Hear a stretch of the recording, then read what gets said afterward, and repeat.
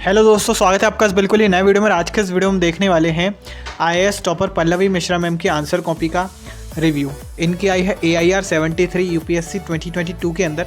हम देखेंगे किस तरीके से इन्होंने अपने आंसर्स को लिखा था और कैसे आप अपने आंसर्स को लिख सकते हैं सो दैट कि आप इनके जैसे अच्छे मार्क्स और अच्छे रैंक लेके आ सके। ये टेस्ट आप देख सकते हैं, इन्होंने GS स्कोर कोचिंग को आके दिया था, ठीक है। और ये मॉक टेस्ट है इनका जनरली पेपर सेकंड का, जनरल स्टडीज़ पेपर सेकंड का, ठीक है, जिनमें इसके आए हैं 102.5 मार्क्स, ठीक है। देखते हैं किस तरीके से इन्होंने अपने आंसर्स को लिखा था और कैसे आप अपने आंसर्स को लिख सकते हैं सो दैट कि आपको इनके जैसी अच्छी रैंक और अच्छे मार्क्स मिल सके, ठीक है। तो स्टार्ट करते हैं।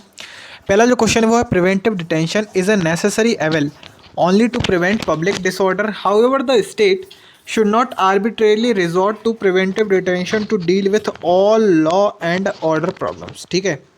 तो यार मैं हमेशा एक बात कहता हूँ कि जब भी आप क्वेश्चन पढ़ें तो क्वेश्चन में आप अंडरलाइन कर लीजिए। अंडरलाइन क्या करना है आपको?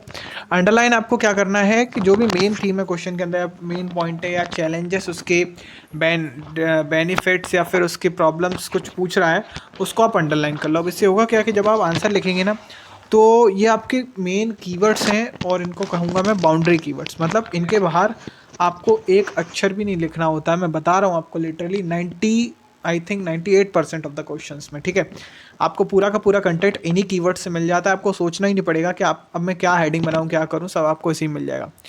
फॉर एग्जाम्पल हम इस क्वेश्चन में लेके चलेंगे, इसमें प्रिवेंटिव डिटेंशन के बारे में बात कर रहा है, इसी को मेन हेडिंग बनाओ।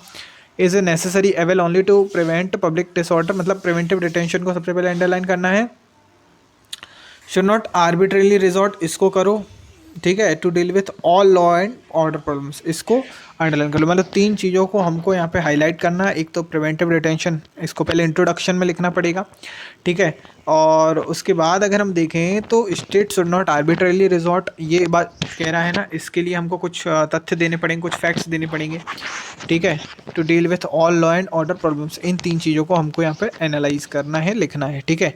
अब पहला, जैसा कि मैंने आपको बताया इंट्रोडक्शन में, आपको मेन थीम जो है क्वेश्चन की, जिसके अराउंड पूरा का पूरा क्वेश्चन रिवॉल्व कर रहा है, उसी को आपको इंट्रोड्यूस कराना पड़ता है। अब जैसे यहाँ पे देखें, under the constitution preventive detention mention article 22 is only allowed under specific laws and according to due procedure, okay. However, state has many times resorted to the extraordinary action of preventive detention. I think ये अच्छा है, but क्या है कि इसमें थोड़ा सा इसको प्रोविजंस के अकॉर्डिंग, अगर इसको थोड़ा सा मतलब इसको थोड़ा सा प्रिवेंटिव डिटेंशन के मतलब उसमें उपलक्ष्य में थोड़ा सा अगर शॉर्ट में बता देता है तो ज़्यादा बेटर रहता है। देखते हैं टीचर ने इनको क्या रिकमेंडेशन दिया। देखो, टीचर ने भी सेम चीज़ लिखी है, good but try to describe provisions with respect to preventive detention in short. अच्छा, ये हो गया हमारा पहला, क्या हो गया, इंट्रोडक्शन हो गया। वैसे इंट्रोडक्शन उन्होंने काफ़ी बड़ा कर दिया है, इससे I don't think this introduction is very effective, but या इससे बेटर आप कर सकते थे, इसका मतलब मैं आपको ये कहना चाह रहा हूँ। फिर उन्होंने हेडिंग बनाई इंपॉर्टेंस ऑफ प्रिवेंटिव डिटेंशन, ठीक है। अब ये आपको क्वेश्चन पढ़ने के बाद समझ में आ गई होगी कि ये हमको लिखना पड़ेगा, ठीक है। आई थिंक इसकी जगह पे दूसरी हेडिंग भी बना सकती थी, लेकिन अभी हम क्योंकि इनकी कॉपी के अकॉर्डिंग देख रहे हैं तो ठीक है, इसको कंसीडर करते हैं इंपॉर्टेंस ऑफ प्रिवेंटिव डिटेंशन को। इसके बाद जैसे इन्होंने पॉइंट लिखा है, important to prevent extremist activities like terrorism and left wing extremism under act or like UAPA, ठीक है। तो देखो ये जो है, इसमें अब इन्होंने क्या किया, हेडिंग बनाई। सबसे पहले कौन सी हेडिंग बनाई? इंपॉर्टेंस क्या है प्रिवेंटिव डिटेंशन का, ठीक है। उसके बाद फिर डेफिनेटली कि इसको रिस्ट्रिक्ट क्यों करना है उसके बारे में भी हम, क्योंकि हाउएवर वाला पॉइंट जो था क्वेश्चन में हमने यहाँ पे देखा था। हाउएवर, देखो क्वेश्चन ही हमारा मार्गदर्शक बन रहा है। अभी हम देखें अगर यहाँ तक आंसर में, तो क्वेश्चन ही अभी तक हमारा मार्गदर्शक बना है ओनली, कि हमको क्वेश्चन अपने आंसर को ले किस दिशा में ले जाना है। एक्चुअली यार पता है, क्वेश्चन की अगर आप डिमांड समझ जाते हैं देन यार ये बहुत अच्छी चीज़ है। अगर आप क्वेश्चन की डिमांड भी अगर आप अच्छे से समझ पाते हैं, ठीक है, becomes necessary to control riots and communal violence, है ना। इस तरीके से हमने यहाँ पे लिख रखा है पॉइंट्स इसके 3 हमने दिए। देखो आप देखो इन्होंने क्या रिकमेंडेशन दिया है टीचर ने, जिन्होंने इनकी कॉपी चेक की, उन्होंने बोला है good that you explained it, need in short. इसको थोड़ा सा शॉर्ट में करने की जरूरत है, ऐसा बोल रहे हैं। आई थिंक द सेम, ठीक है, क्योंकि इसकी वजह से इनकी वर्ड लिमिट एक्सीड कर सकती है, ठीक है। अब मस्ट बी यूज्ड रिस्ट्रिक्टिवली, ठीक है, रिस्ट्रिक्टिवली मतलब इसको भैया ऐसा नहीं है कि कहीं पे भी यूज़ कर दें, ठीक है। Preventive detention should be used responsibly, it can not be used irresponsibly, it is a very very important thing, है ना। Preventive detention is an extraordinary remedy, removes protections under Constitution for presentation before magistrate, bail or statutory reprieve, I think, है ना। It is a limitation on all the person's life and liberty. Since it is limiting the fundamental right, so it should be used responsibly. That was what I was telling you a little before, है ना, a little ago. Instead incorporate some specific suggestion, ठीक है, ये इन्होंने यहाँ पे recommendation दिया है। It is therefore important that remedy be only resorted to in illustrate, okay. इस तरीके से इन्होंने कुछ कुछ अपने सजेशंस दिए हैं, 4 ही नंबर मिले जैसा मैंने आपको बताया था। Since introduction was not that effective, conclusion और कह सकते हैं वे फॉरवर्ड तरीके का जो ये लास्ट में पैराग्राफ बनाया है, जिसमें टीचर ने लिखा है कि इनकॉर्पोरेट सम स्पेसिफिक सजेशंस को हमको यहाँ पे इंक्लूड करना था। ये भी बहुत ज़्यादा अच्छा लिखा नहीं इन्होंने, तो इतने मार्क्स मिलना ही इनको स्वाभाविक थे।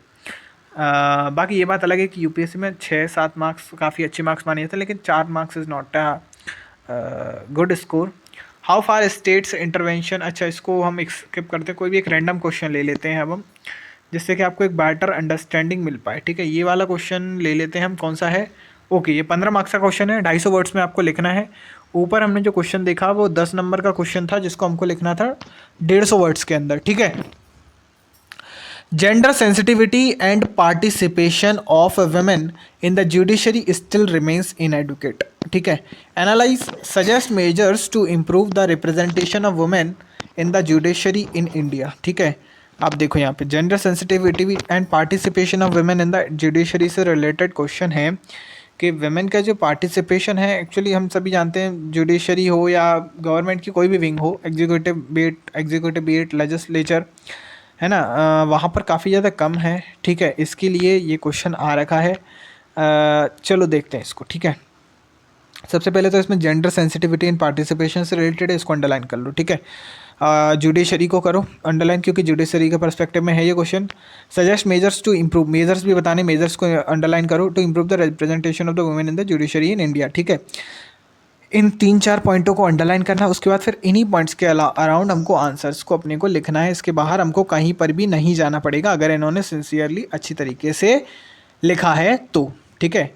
आप जैसे जेंडर सेंसिटिविटी इंट्रोडक्शन में जो मेन थीम है वही लिखनी पड़ेगी, gender sensitivity and participation of women in the Indian judiciary. Gender sensitivity is the ability of a person to be able to underrated empathize and recognize gender discrimination and its manifestation, ठीक है। The judiciary is still lacking in incorporating gender sensitivity in their operations and participation. Court अच्छा इसमें इन्होंने क्या recommendation दिया teacher ने, why remark decision etc to explain lack of sensitivity in judiciary।